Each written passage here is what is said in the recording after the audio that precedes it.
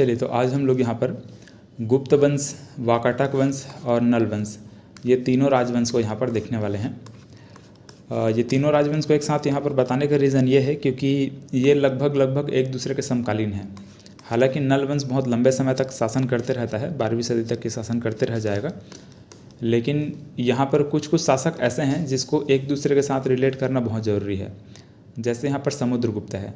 समुद्रगुप्त हम लोग जब देखेंगे तो समुद्रगुप्त यहाँ पर ये जो महेंद्र सेन हैं, जो वाकाटक वंश के हैं, इनके ऊपर आक्रमण करते हैं। इसी प्रकार से समुद्रगुप्त यहाँ पर ये व्याघ्रराज हैं, इनके ऊपर भी आक्रमण कर देते हैं। तो एक दूसरे के ऊपर इस प्रकार से आक्रमण करना, और इसके बाद यहाँ पर वाकाटक वंश के यहाँ पर जो भी शासक है वो उनका ये नल वंश के ऊपर आक्रमण करना, तो इन तीनों के बीच में इस प्रकार से युद्ध वगैरह जो भी चीज़ें हैं वो होते रहती थी। इसी वजह से इन तीनों को हमको एक साथ यहाँ पर देखना होगा। बुक में चाहे जैसे भी दिया होगा, आगे पीछे ऊपर नीचे जैसा भी दिया हो, लेकिन आपको यहाँ पर मैं जैसे समझाने की कोशिश कर रहा हूँ उसी प्रकार से आपको समझ रहे हैं। देखिए, तो सबसे पहले जितने भी ये जो राजवंश है, मतलब ये तीनों जो वंश है, इसको हमको यहाँ पर देखना है। इसके अलावा और आपको ध्यान में ये रखना है कि छत्तीसगढ़ के अंदर भी यहाँ पर छोटे छोटे राजवंश शासन कर रहे हैं। जैसे कि गुप्त वंश के बारे में अगर हम बात करेंगे तो छत्तीसगढ़ के बाहर है। इस प्रकार से छत्तीसगढ़ के बाहर इस प्रकार से जो मगध वाला क्षेत्र है, मतलब कि जो बिहार, अभी वर्तमान के जो बिहार है, उस वाले क्षेत्र में गुप्त वंश शासन कर रहे थे। वाकाटक वंश के बारे में बात करेंगे तो इधर ये महाराष्ट्र वाला क्षेत्र है, वहाँ पर वाकाटक वंश शासन कर रहा था। नल वंश की बात करेंगे तो दक्षिण वाले क्षेत्र में इस प्रकार से दक्षिण छत्तीसगढ़ और यहाँ पर उड़ीसा वाले क्षेत्र में शासन कर रहे थे नल वंश। तो तीनों राजवंश इस प्रकार से देखा जाए तो बाहर के राजवंश, बाहर के, यहाँ पर नल वंश को नहीं बोलेंगे, नल वंश बाद में इस प्रकार से छत्तीसगढ़ के अंदर आकर के शासन करता है, तो उसको क्षेत्रीय राजवंश के अंतर्गत शामिल करेंगे। लेकिन यहाँ पर गुप्त वंश के बारे में बात करेंगे, वाकाटक वंश के बारे में बात करेंगे, तो ये हमारे छत्तीसगढ़ के बाहर राजवंश, मतलब बाहर के राजवंश है, छत्तीसगढ़ के स्थानीय राजवंश नहीं है। यहाँ पर और भी जो राजवंश देखने वाले हैं, सरभपुरी देखने वाले हैं, पर्वत द्वारक देखने वाले हैं, तो एक दो राजवंश यहाँ पर छत्तीसगढ़ के अंदर में और हम लोग आगे बात करेंगे जो कि छत्तीसगढ़ के स्थानीय राजवंश हैं। तो जिस समय गुप्त वंश का शासन था, गुप्त वंश शासन कर रहे थे, उस समय हमारे छत्तीसगढ़ के अंदर भी यहाँ पर और भी कुछ जो राजवंश है वो लोग शासन कर रहे थे। तो आपको ये तीन राजवंश यहाँ पर मैं लिखा हुआ हूँ, इसका मतलब ये नहीं कि सिर्फ तीनों को ही पढ़ना है, और भी राजवंश है जो कि इसके अंतर्गत आते हैं, उसको भी हमको देखना होगा, जो कि क्षेत्रीय राजवंश कहलाएगा। चलिए आगे उन सबके बारे में बात करेंगे। पहले तो यहाँ पर हम ये समझ लेते हैं कि ये जो गुप्त वंश है, वाकाटक वंश है, नल वंश है, इन तीनों का जो क्षेत्र है, इनका जो शासन करने का जो समय है और इनका जो राजधानी है वो कहाँ कहाँ था। देखिए, तो सबसे पहले हम लोग बात करते हैं गुप्त वंश के बारे में। तो अभी मैं पहले आपको ये भी समझा चुका हूँ कि मगध वाला जो क्षेत्र है, मतलब 16 महाजनपद में आपको समझाया था कि हाँ 16 महाजनपद का उदय हुआ था मौर्य वंश वगैरह के जब हम लोग देख रहे थे उस समय। तो यहाँ पर ध्यान में रखना है, 16 महाजनपद में एक मैंने बताया था आपको मगध, तो उसी वाले क्षेत्र में ये गुप्त वंश शासन कर रहे थे। मतलब गुप्त वंश के बारे में अगर आपसे पूछा जाएगा गुप्त वंश कहाँ शासन कर रहे थे, तो याद रखेंगे मगध। ये मगध, इनकी अभी वर्तमान का जो बिहार वाला क्षेत्र है ना, उसी के आसपास मगध है, तो वहाँ शासन कर रहे थे। इनकी जो राजधानी थी वो पाटलिपुत्र थी, पाटलिपुत्र। ठीक है, ये मगध वाले क्षेत्र में इस प्रकार से ये गुप्त वंश है वो शासन कर रहे हैं। गुप्त वंश के यहाँ पर कुछ ये जो शासकों का नाम यहाँ पर लिखा हुआ है। अब इसमें देखेंगे, देखो 319 से लेकर के 350 ईस्वी तक यहाँ पर शासन कर रहे हैं, है ना, इस प्रकार से हैं। ये समुद्रगुप्त देखेंगे 350 से लेकर 375 के आसपास शासन कर रहे हैं। तो यहाँ पर सीधा सा मैं ये लिख सकता हूँ कि गुप्त वंश कब से कब तक शासन कर रहे थे। इसको अगर आपसे पूछा जाएगा तो सिंपल आपको ये बोलना है कि 3री से लेकर के 6वीं सदी के आसपास ये गुप्त वंश शासन किए हैं, है ना। ये हमारे छत्तीसगढ़ से बाहर है ना, ध्यान में रखना है आपको। 3री से लेकर के 6वीं सदी तक के ये जो ये जो गुप्त वंश है, इन्होंने शासन किया। ठीक, अब देखो मैंने क्या बोला कि और भी जो इधर वाकाटक वंश है, नीचे में नल वंश है, तो ये भी इसके समकालीन है, मतलब कहीं ना कहीं इनका भी जो समय होगा इन्हीं के आसपास होगा। तो वाकाटक वंश के बारे में बात करेंगे तो वाकाटक वंश को आप बोलेंगे कि 3री से लेकर के 5वीं, ठीक है, 3री से लेकर के 5वीं सदी के आसपास तक ये जो वाकाटक है इन्होंने शासन किया। इस प्रकार से वाकाटक वंश। अब इसी प्रकार से यहाँ पर नीचे में क्या, इधर नल वंश। अच्छा, यहाँ पर वाकाटक की राजधानी क्या होगी? वाकाटक की राजधानी आपको लिखना है नंदीवर्धन। ठीक है, नागपुर वाला जो क्षेत्र है ना, वर्तमान का भी जो देखेंगे महाराष्ट्र में नागपुर वाला क्षेत्र, वही नंदीवर्धन पहले कहलाता था। तो ये इनकी राजधानी थी, नंदीवर्धन।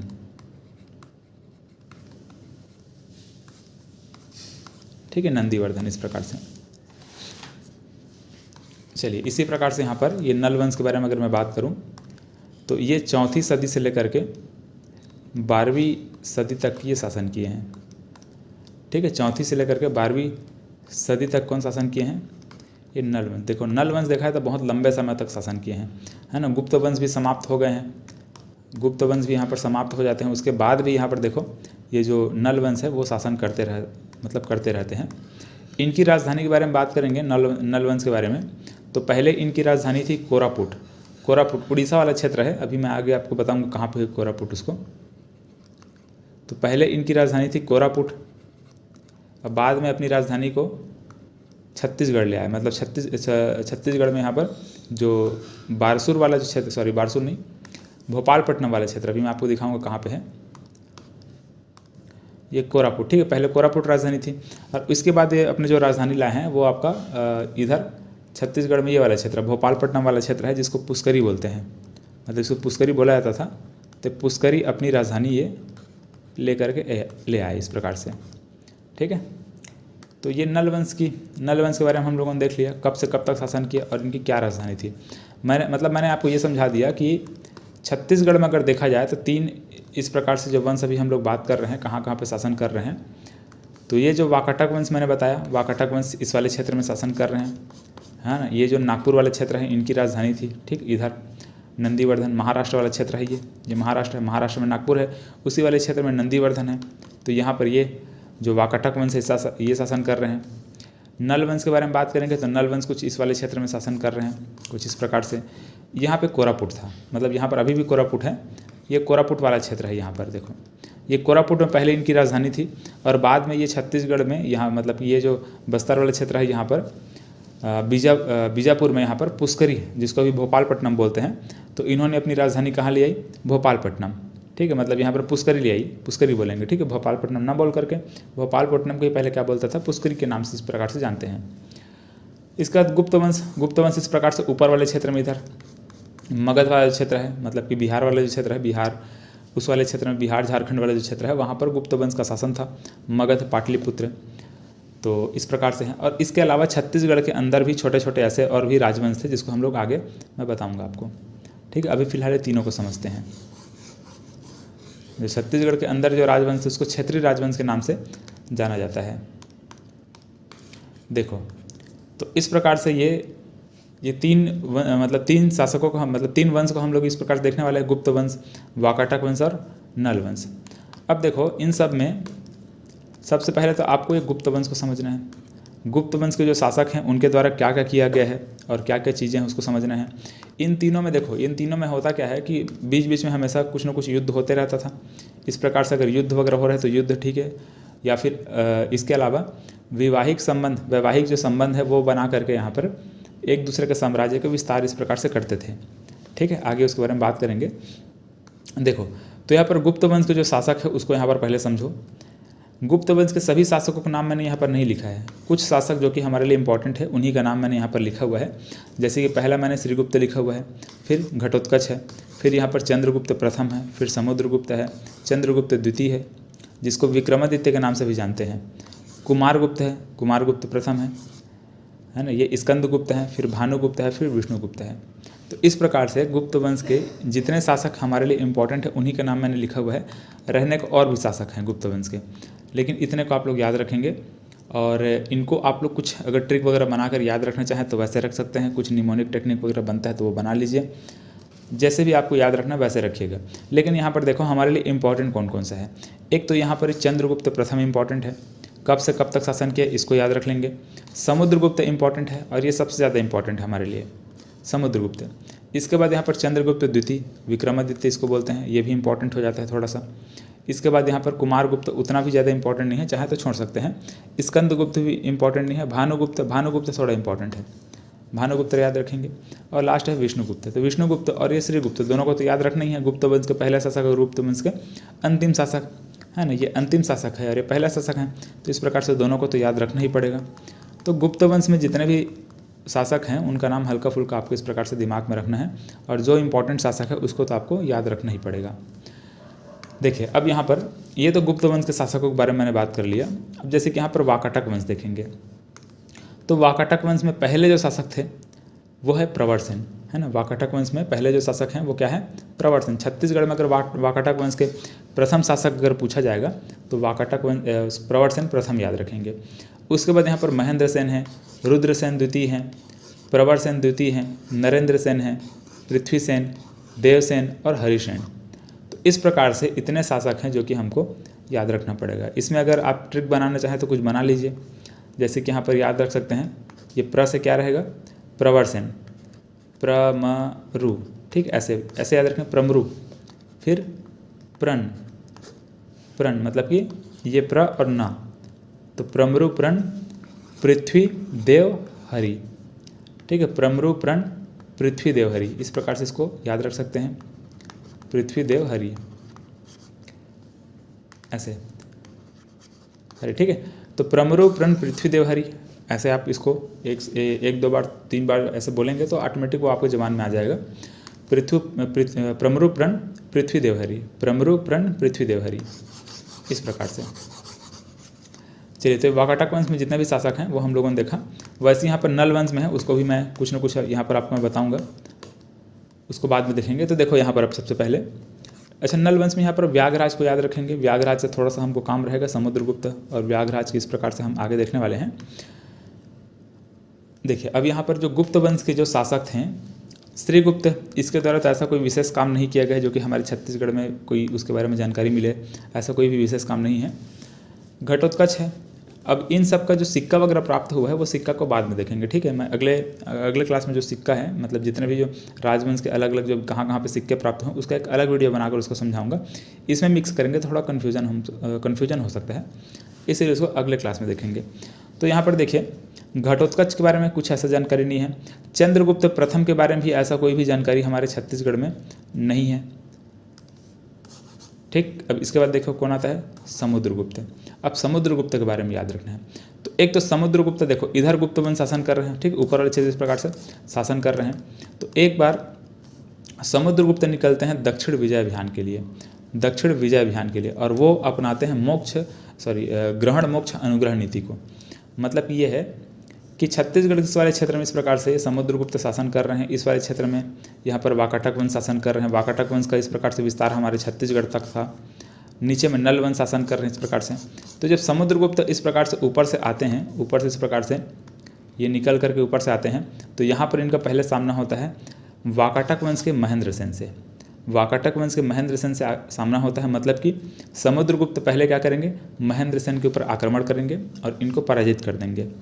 देखो समुद्रगुप्त अभी निकले हुए हैं कि मतलब किसके लिए निकले हुए हैं, ये निकले हुए हैं दक्षिण विजय अभियान के लिए, ठीक है। इसको इन्होंने ग्रहण मोक्ष अनुग्रह नीति अपनाया हुआ था। मतलब कि समुद्रगुप्त क्या कर रहे हैं, इस प्रकार से ऊपर से आ रहे हैं और जितने भी इसके सामने में आने वाले जितने भी शासक हैं उन सब को पराजित करेंगे और पराजित करके उनको पुनः उनका जो साम्राज्य है वो वापस सौंप देंगे, ठीक है। मतलब जैसे अगर हम भारत का इस प्रकार से अगर मैप बनाएं, इस प्रकार से भारत है, तो यहाँ पर क्या है, समुद्रगुप्त हैं। देखो इस प्रकार से अगर भारत है तो इस वाले क्षेत्र में इस प्रकार से समुद्रगुप्त है, जो मगध वाला क्षेत्र है वहाँ पर शासन कर रहे हैं। हमारा छत्तीसगढ़ यहाँ पर है, इधर वाकाटक वंश शासन कर रहे हैं, नीचे में नल वंश शासन कर रहे हैं। अब यहाँ पर ये जो समुद्रगुप्त है यहाँ से दक्षिण विजय अभियान से निकले हुए हैं और निकल करके पहले यहाँ पर वाकाटक वंश को पराजित करेंगे और आगे बढ़ेंगे, यहाँ पर नल वंश को पराजित करेंगे। मतलब नल वंश के जो शासक रहेंगे व्याघराज, उसको पराजित करेंगे। तो समुद्रगुप्त यहाँ पर दक्षिण विजय अभियान के लिए निकलते हैं और किसको किसको पराजित करेंगे, यहाँ पर महेंद्र सेन को, और नीचे में देखेंगे नल वंश के जो व्याघराज है उसको पराजित करेंगे। मतलब सिंपल हम यहाँ पर क्या लिख सकते हैं कि ये जो समुद्रगुप्त हैं, समुद्रगुप्त निकलते हैं दक्षिण विजय अभियान के लिए और किसको पराजित कर देंगे, यहाँ पर महेंद्र सेन को, इस प्रकार से, ठीक। महेंद्र सेन को पराजित करेंगे। और दूसरा मैंने क्या बोला कि ये जो समुद्रगुप्त हैं वो और आगे इधर नीचे की ओर बढ़ेंगे और यहाँ पर जो व्याघराज है, यहाँ पर ये व्याघराज, इसको पराजित कर देंगे, ठीक है। नल वंश के जो व्याघराज हैं उसको पराजित करेंगे। तो देखो अभी ये जो नल वंश के व्याघराज हैं वो इधर यहाँ पर शासन कर रहे हैं, मतलब कि छत्तीसगढ़ का ये जो बीजापुर जिला है, बीजापुर में यहाँ पर जो भोपालपट्टनम है यहाँ पर शासन कर रहे हैं, जिसको हम क्या बोल रहे हैं, पुष्करी बोल रहे हैं। ठीक है, ये पुष्करी, तो पुष्करी में शासन कर रहे हैं। और ये जो वाकाटक वंश के महेंद्र सेन है वो यहाँ पर नंदीवर्धन में शासन कर रहे हैं, मतलब कि नागपुर वाले क्षेत्र में शासन कर रहे हैं। तो इस प्रकार से ये इधर शासन कर रहे हैं, मतलब कि वाकाटक वंश देखा है तो ये वाले क्षेत्र में शासन कर रहे हैं, और नीचे में यहाँ पर नल वंश शासन कर रहे हैं। अब समुद्रगुप्त आते हैं, पहले हरा देते हैं किसको, महेंद्र सेन को, और उसके बाद यहाँ पर व्याघराज को आगे हरा करके आगे बढ़ जाते हैं। ठीक है, दक्षिण की ओर और आगे बढ़ जाते हैं। अब इन्होंने क्या अपनाया हुआ था, ग्रहण मोक्ष अनुग्रह नीति अपनाया हुआ था, मतलब कि इनको पराजित तो किए लेकिन इनके साम्राज्य को अपने साम्राज्य में नहीं मिलाए। इनको पराजित करने के बाद पुनः इनको उनका साम्राज्य को सौंप दिए, मतलब कि ग्रहण किए, मोक्ष दिए, ऐसा टाइप का, मतलब ग्रहण मोक्ष अनुग्रह नीति इसी को बोलते हैं। ठीक है, अब ये जो भी जानकारी है ये सभी जानकारी हमको प्रयाग प्रशस्ति से मिलती है।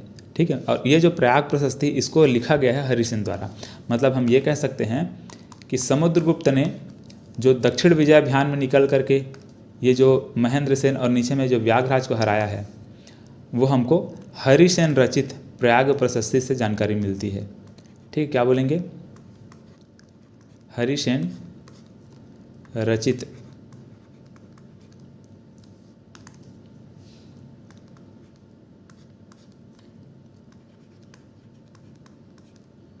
प्रयाग प्रशस्ति।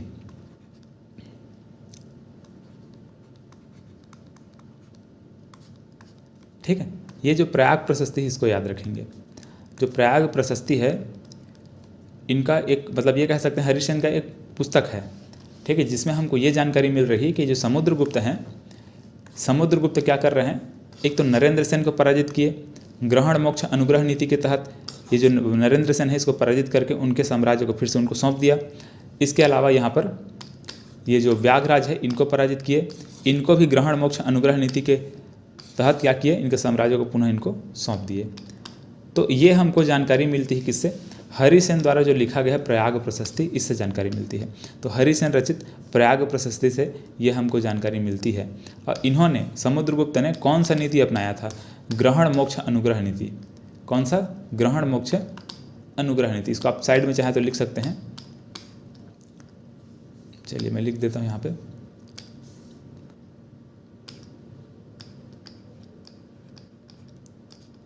ग्रहण मोक्ष अनुग्रह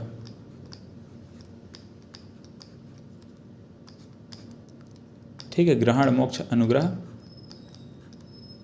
नीति के तहत। ठीक है, पहले ग्रहण करेंगे, मतलब पहले पराजित करेंगे और उसके बाद उसको मोक्ष दे देंगे, मतलब स्वतंत्र कर देंगे, ऐसा है। उनके जो साम्राज्य है उनको सौंप देंगे वापस। चलिए, तो इस प्रकार से ये समुद्रगुप्त के बारे में हम लोग देखते हैं। दो इम्पॉर्टेंट, ये बहुत इंपॉर्टेंट जानकारी है ना, ध्यान में रखेंगे इसको। पहला तो महेंद्र सेन को पराजित किए वाकाटक वंश के, दूसरा यहाँ पर व्याघराज को पराजित किए नल वंश के। अब इसके बाद देखो, समुद्रगुप्त का तो काम हो गया। इसके बाद एक फैक्ट और यहाँ पर समुद्रगुप्त के बारे में, उसको भी याद रखेंगे। छोटा सा जानकारी फिलहाल ये उतना इंपॉर्टेंट नहीं है, लेकिन फिर भी आपको याद रखना है। ठीक है, ये जहाँ तक एक आध बार कोई एग्जाम में पूछा गया है, दोबारा पूछने की संभावना ज़्यादा नहीं है, लेकिन फिर भी याद रखेंगे। तो इसके बारे में यहाँ पर क्या याद रखना है आपको, इनकी पत्नी के बारे में याद रखना है। ठीक है, इनकी पत्नी का नाम था रूपा देवी, और ये रूपा देवी के जो साक्ष्य है वो महासमुंद से हमको प्राप्त हुआ है। महासमुंद में एक जगह है जिसको बोलते हैं कोपरा, है ना, महासमुंद।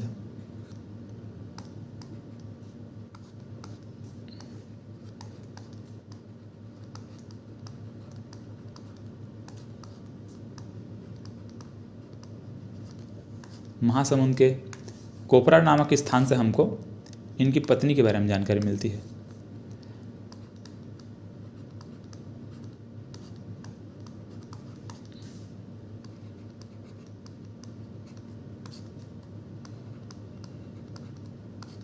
ठीक है, पत्नी का नाम याद रखना है रूपा देवी। ठीक है, पत्नी कौन, रूपा देवी। तो ये जो रूपा देवी हैं इसके साक्ष्य मिलते हैं महासमुंद के कोपरा नामक स्थान से, रूपा देवी के साक्ष्य। ये ऐसे, बस इतना याद रखेंगे, इतना काफ़ी है। तो समुद्रगुप्त की जो पत्नी है ना, कौन है, रूपा देवी। और रूपा देवी के बारे में हमको जानकारी मिलती है महासमुंद के कोपरा नामक स्थान से। ठीक, चलिए अब देखिए इसके बाद इस समुद्रगुप्त का पूरा कहानी खत्म। मतलब यहाँ तक समुद्रगुप्त के बारे में जो भी अपन देखे बहुत इंपॉर्टेंट है, इसको याद रखेंगे। अब इसके बाद आपको याद रखना है यहाँ पर जो चंद्रगुप्त द्वितीय है उनके बारे में। चंद्रगुप्त द्वितीय के बारे में इंपॉर्टेंट क्या क्या चीज़ें हैं देखो। तो ये जो चंद्रगुप्त द्वितीय हैं इसके बारे में हम लोग दो चीज़ देखने वाले हैं। देखो एक तो इसको विक्रमादित्य बोलते हैं, इसको याद रखेंगे। ठीक है, विक्रमादित्य बोलते हैं, ये तो इंपॉर्टेंट तो है ही। अब दूसरा फैक्ट यहाँ पर ये याद रखना है कि इसके दरबारी कवि का नाम था कालिदास, है ना। दरबारी कवि कालिदास से पहले, चलो यहाँ पर लिख ही लेते हैं,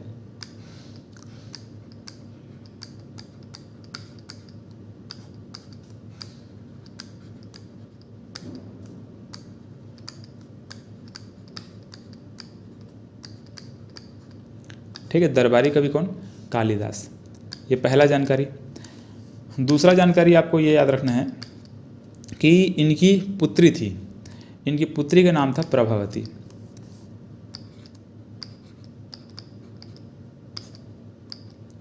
ठीक है, पुत्री का नाम प्रभावती।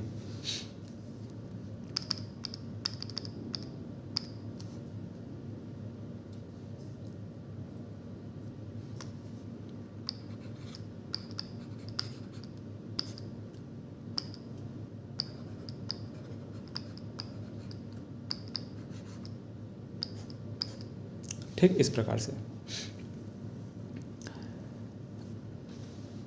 तो ये हम लोग दो चीज़ देखें कि इनकी पुत्री का नाम प्रभावती, और ये प्रभावती के बारे में आगे हम लोग और बात करने वाले हैं।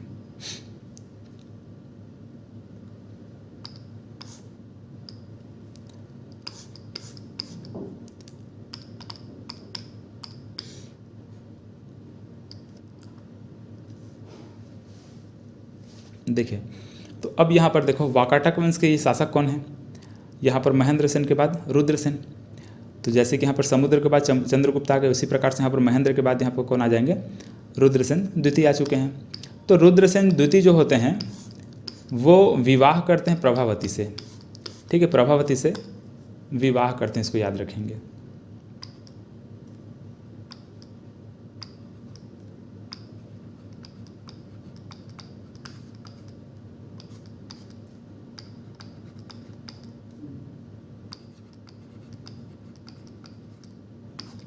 ठीक, इसको याद रखना है आपको। ठीक, ये जो प्रभावती है इन्हीं प्रभावती से विवाह कर लेते हैं कौन? ये जो रुद्रसेन द्वितीय हैं वो।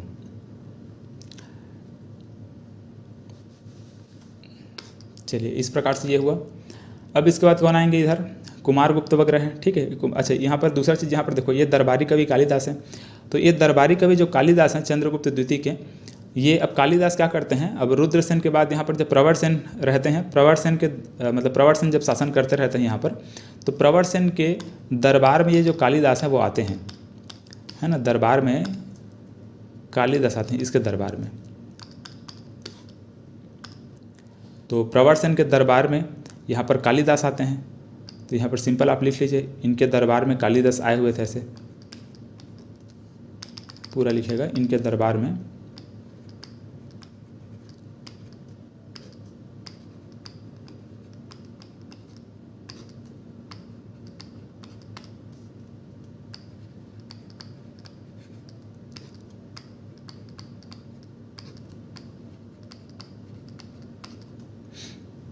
इनके दरबार में कालिदास आए थे। इस प्रकार से देखिए। अब यहाँ पर दूसरा चीज़ याद रखेंगे, जब ये कालिदास इनके दरबार में आते हैं, किधर से आते हैं?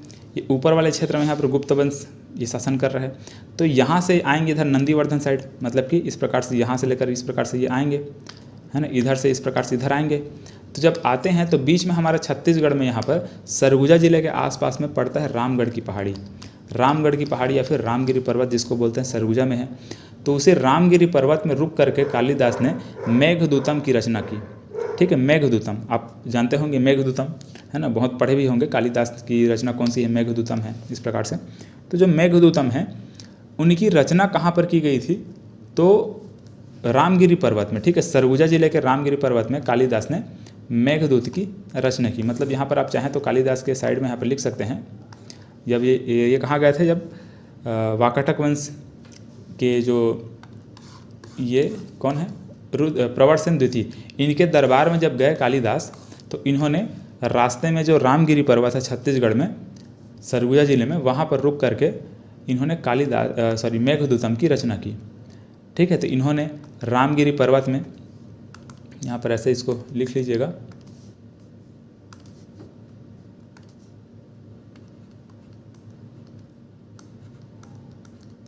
ये जो रामगिरी पर्वत है सरगुजा जिले में, ठीक है, ध्यान में रखना इसको, रामगिरी पर्वत में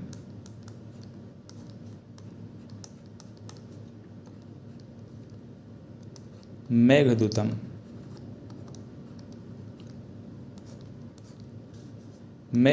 की रचना की।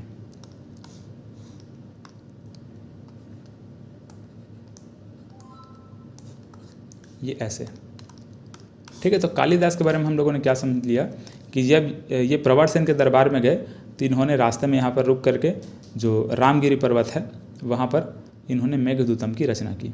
ठीक है, ये हम लोगों ने देख लिया। और इसमें आप चाहें तो एक पॉइंट और ऐड कर सकते हैं, ये जो मेघदूतम है, मेघदूतम का आगे चल करके छत्तीसगढ़ी में अनुवाद मुकुटधर पांडे ने किया था। ठीक है, मेघदूतम का जो छत्तीसगढ़ी अनुवाद है उसका मतलब छत्तीसगढ़ी अनुवाद किसने किया था, तो मुकुटधर पांडे ने किया था छत्तीसगढ़ी में अनुवाद। ठीक है, इसको याद रखेंगे। अच्छा, यहाँ पर एक पॉइंट और नोट करेंगे, कालिदास ने जो सरगुजा का ये जो रामगिरी पर्वत है, इस रामगिरी पर्वत को इन्होंने क्या कहा, स्वर्ग का द्वार कहा। ठीक है, रामगिरी पर्वत को कालिदास ने क्या कहा, स्वर्ग का द्वार कहा। ऐसे यहाँ पर इस प्रकार से इसको और लिख लीजिएगा, इसको स्वर्ग का द्वार कहा। ठीक है, कालिदास ने स्वर्ग का द्वार कहा इसको।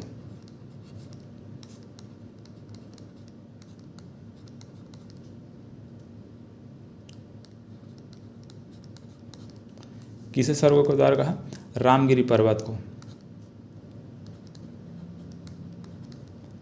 स्वर्ग का द्वार कहा।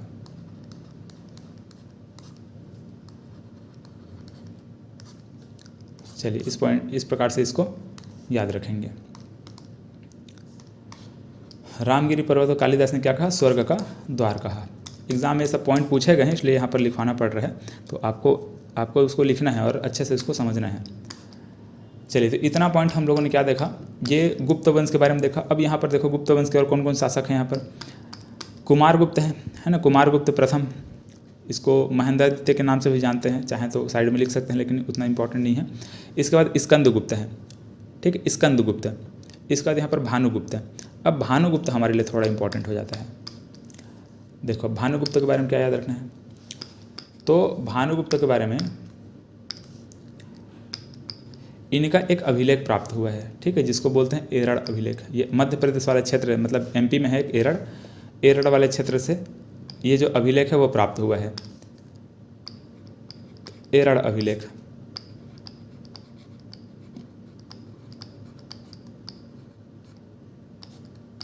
ठीक है, एरड़ अभिलेख ये हमको प्राप्त हुआ है। तो ये जो एरड़ अभिलेख है, इस एरड़ अभिलेख में है क्या, एरड़ अभिलेख में क्या है, तो एरड़ अभिलेख में हमको इनके एक सेनापति थे जिसको भोजराज, जिसका नाम क्या था, भोजराज था, उनके बारे में जानकारी मिलती है। ठीक है, तो जो सेनापति भोजराज है, जब उनकी मृत्यु हो जाती है तो भोजराज की जो पत्नी होती है वो उनके साथ सती हो जाती है। तो ये हमको यहाँ से सती प्रथा के बारे में जानकारी मिलती है। मतलब कि जो एरड़ अभिलेख में हमको क्या जानकारी मिलती है कि जो भानुगुप्त हैं इनके सेनापति, ठीक है, भानुगुप्त के सेनापति कौन थे, भोजराज। ये जो भोजराज हैं उनके मतलब जो भोजराज हैं उनके सेनापति भोजराज, उनकी जो पत्नी थी वो सती हुई थी। ठीक, किनके साथ, भोजराज के साथ। तो यहाँ पर हम लिखेंगे भानुगुप्त के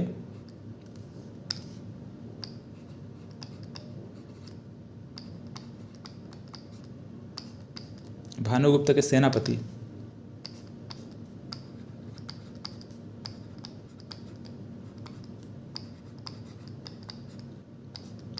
भानुगुप्त के सेनापति भोजराज।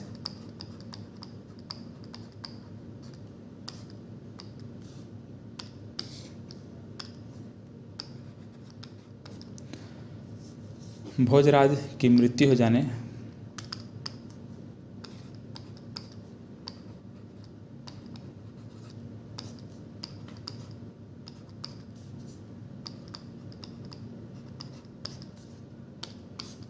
मृत्यु हो जाने पर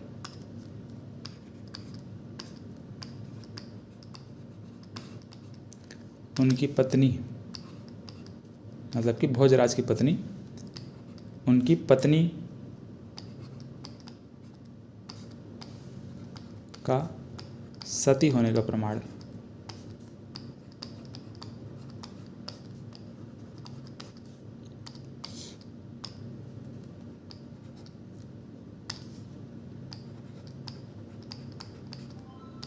ये हमको मिलता है। और ये जो सती होने का जो प्रमाण मिल रहा है, ये लगभग 510 ईस्वी के आसपास का ये प्रमाण है। 510 ईस्वी, ठीक, इस प्रकार से है। देखो, तो भोजराज के बारे में हम लोगों ने क्या समझा कि इनका हमको एरड़ अभिलेख प्राप्त होता है, एरड़ अभिलेख।